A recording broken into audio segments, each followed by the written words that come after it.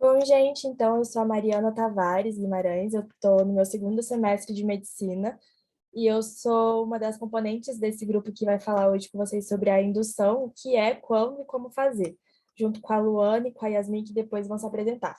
E nós somos participantes da Liga da LHPN, que é a Liga de Humanização de Parto e Nascimento. Então, como eu falei, a gente vai, né, tratar sobre a indução e a gente vai falar sobre esses três aspectos.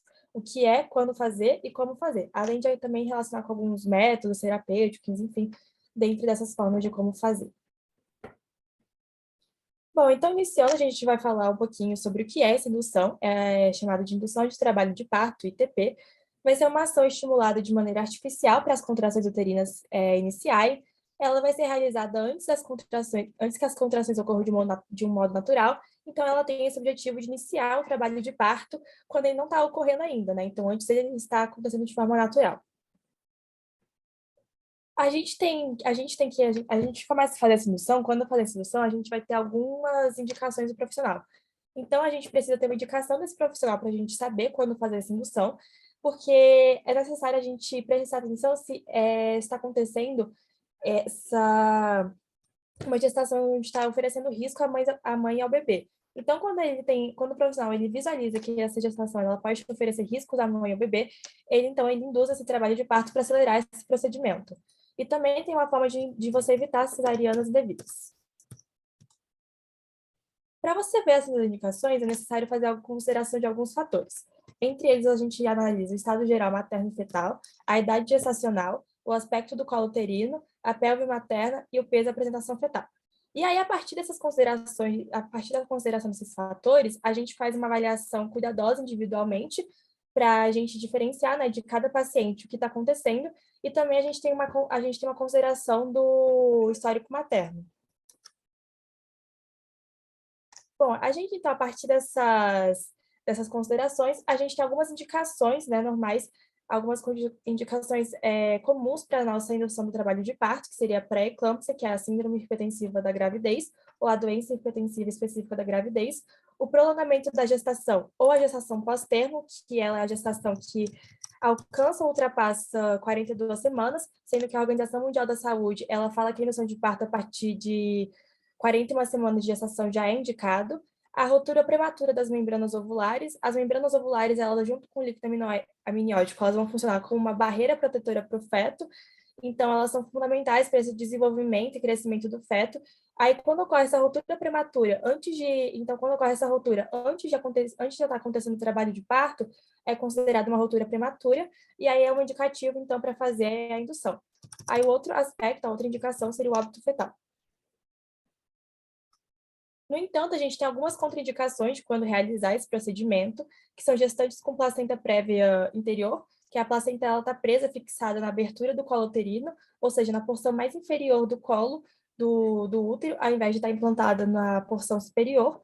A ruptura uterina, que é quando a gente vai ter o rompimento total ou parcial do miométrio, que é a camada muscular da parede do útero, e aí vai ter essa comunicação entre a cavidade uterina e a cavidade abdominal, cirurgias prévias de grande escala e a apresentação fetal transversa, que é quando o feto ele tá deitado de forma horizontal, deitado de lado do útero, ao invés de ele estar deitado de forma vertical, que é a forma cefálica, né, com a cabeça em direção ao colo do útero. Oi, gente, boa noite. Eu sou Yasmin, sou estudante de enfermagem, estou no quarto semestre, sou ligante da LHPN. Então, vou falar um pouco como é realizado o procedimento de indução. Nós temos dois métodos, os métodos farmacológicos e os métodos mecânicos. Os farmacológicos consistem em substâncias que atuam no colo e no corpo do útero para induzirem, né? O mais comum, o mais utilizado normalmente é o hormônio da ocitocina, que tem uma ação importante durante o trabalho de parto. Ele estimula as contrações uterinas, atua na produção e ejeção de leite, além de prevenir as hemorragias pós-parto. Ele é usado em sua forma industrializada, né? Afinal, a ocitocina é um hormônio que a gente produz, mas para a indução é usada a forma industrializada. Ela acelera o trabalho de parto, é um dos primeiros fármacos, né, como eu já havia dito, escolhido, e pode ser associada a outros fármacos, em especial o misoprostol, que é normalmente o que é mais associado com a ocitocina. Bom, e de métodos mecânicos, a gente tem as manobras e dispositivos para indução, dentre elas a miniotomia, que é o rompimento da bolsa amniótica, e que é uma forma artificial, né, de rompimento da bolsa, que normalmente se ocorre de uma forma natural, mas nesse caso, para a indução, tem que ser feita essa indução por esse meio, ou pelo meio da sonda Foley, que é uma sonda colocada no orifício interno do colo do útero, é, que amadurece o colo e, e faz a indução. É, e esse mecanismo é um mecanismo que é comprovado que tem um menor risco de ruptura uterina quando comparado aos métodos farmacológicos, que no caso seria a ocitocina, os remédios, enfim.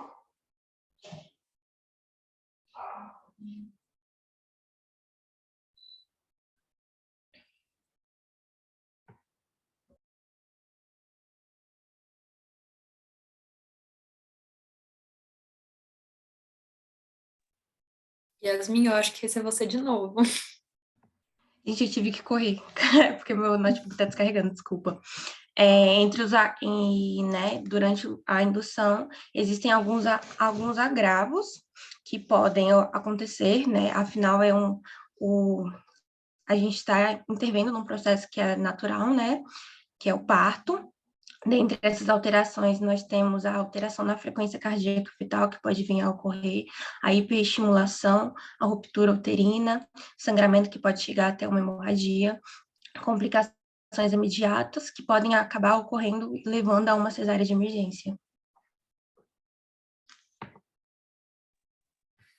Oi, gente, meu nome é Luana, eu sou estudante de psicologia, eu também sou ligante da LHPN, e eu vou falar um pouquinho sobre as terapêuticas complementares que a gente pode realizar. Então, algumas delas são a deambulação, que é, enfim, caminhada, exercícios respiratórios, posições variadas, testar posições em que a grávida se sinta mais confortável, sinta menos dor, banhos de imersão ou aspersão, então banheira ou chuveiro, que a mulher se sinta mais confortável, exercícios de relaxamento, massagens e os exercícios na bola.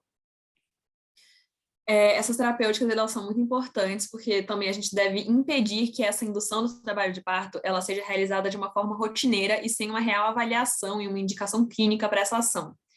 É necessário contribuir para um parto fisiológico e humanizado, e é necessário também a gente conscientizar todos os profissionais desse meio sobre esses meios alternativos e não tão invasivos para a mulher, e incentivando a minimização desse uso rotineiro de fármacos para indução, que pode oferecer alguns riscos para as mulheres. Então, complementando essas práticas integrativas, a gente pesquisou um pouco mais sobre as tâmaras, que um estudo da Jordânia comprovou fez um estudo, né, com grávidas, a partir que começaram a consumir as tâmaras a partir da 37ª semana, e foi observado, né, em comparação com as grávidas que não consumiram a fruta, uma maior dilatação do colo do útero, uma maior proporção de membranas intactas, uma maior taxa de trabalho de parto espontâneo, além de uma menor taxa de uso, né, de ocitocina e proxina, medicamentos farmacológicos, além de uma menor taxa da fase latente, e como resultado, descobriram que a tâmara produz uma substância que é parecida com ocitocina, e como resultado final teve que as tâmaras têm uma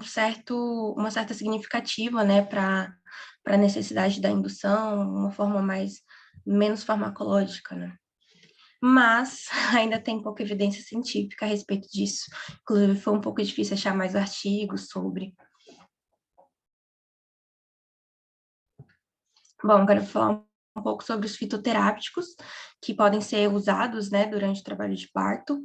Dentre eles temos o chá de canela, que ajuda no aumento das contrações uterinas, além de trazerem uma sensação de poder, empoderamento para a mulher durante o trabalho de parto, que pode ser usado em forma de decocção, como chá, como aromatizador de ambiente e como uma compressa quente. Temos também a artemisia, que na sua forma de mocha auxilia nas contrações, e o seu uso é em mocha-bustão, que seria tipo uma acupuntura e usando esse meio, né, da mocha.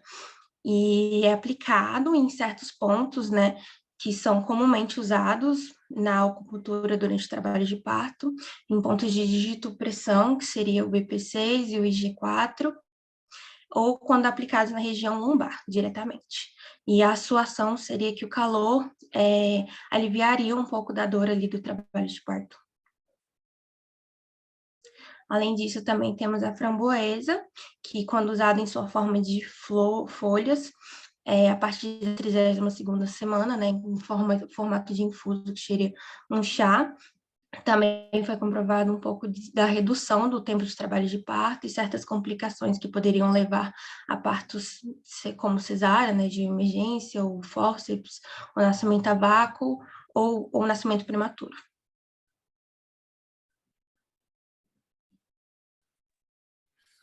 Ainda nessa pesquisa de outros modos mais naturais, alternativos, a gente encontrou sobre a estimulação mamária, que seria um meio natural, não farmacológico, de amadurecer o colo do útero e estimular as contrações uterinas eficazes, e ainda reduziria as chances de hemorragia no pós-parto, porque estimula a produção de ocitocina.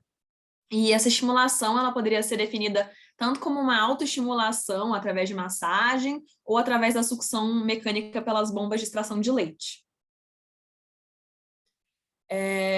Agora, uma parte mais psicológica disso tudo é que as mulheres, elas costumam ser expostas a situações indesejadas durante o momento parturitivo e que muitas dessas situações indesejadas, elas podem gerar experiências negativas e alguns danos psicológicos no pós-parto dessas mulheres, porque a mulher, ela já está passando pelo momento da gravidez e do parto, então já tem muitas mudanças e momentos muito incertos nos quais as pessoas em volta dela vivem falando opiniões diferentes e não comprovadas cientificamente.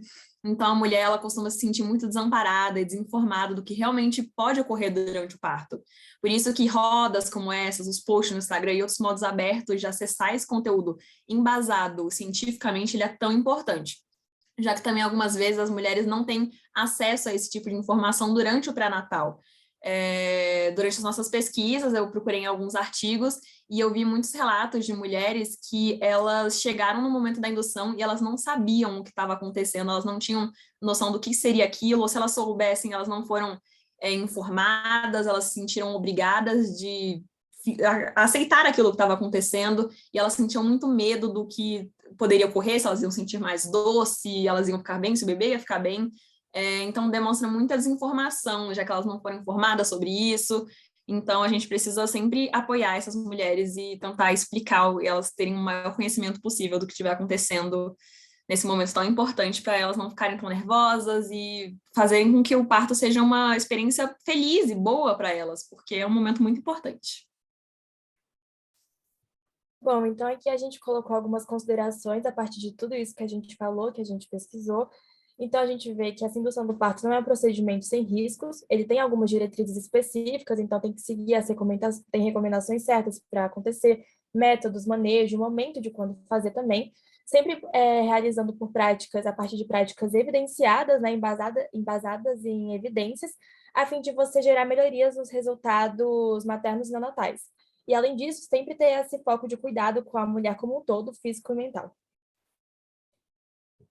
Bom, a gente colocou aqui para finalizar, né, para concluir esse trecho de uns artigos que a gente utilizou como base, que fala melhoria e ampliação da prática clínica obstétrica, estimulando as terapêuticas que contribuem para o parto fisiológico humanizado, conscientizando os profissionais sobre os meios alternativos não invasivos e incentivando a minimização do uso rotineiro de fármacos para a indução do trabalho de parto, que oferecem riscos. Então, o que a gente pode concluir a partir desse trecho, a partir do que a gente conversou aqui agora, é que igual a Luana falou, essa indução de parto, esse momento parturitivo, ele pode gerar experiências negativas, danos psicológicos no pós-parto para essa mãe. Além disso, a gente tem que sempre focar em realizar uma avaliação do paciente, da paciente cuidadosamente, individualmente, para a gente ver se ela entra dentro dessas recomendações, das indicações para a realização da indução. Então, a gente não utilizar a indução de parto como procedimento de rotina, por apresentar riscos, agravos e contraindicações, né? Priorizar também esses métodos não farmacológicos, inicialmente, para a realização da indução, e também sempre prezar por esse parto humanizado, fisiológico e principalmente consciente pela mãe, ou seja, além de garantir que você conseguir garantir que a mãe ela seja informada sobre o que está acontecendo, por que está sendo realizado e como será feito, exatamente para ela não ter essas memórias desconfortáveis ou que ela se sentiu muito exposta, enfim, nesse momento que ela já está tão sensível, tão vulnerável. Então, sempre garantir que ela não esteja, que ela esteja confiante, que ela saiba o que está acontecendo, mantendo-a sempre informada. Aqui nossas referências. E é isso. Obrigada pela atenção de vocês.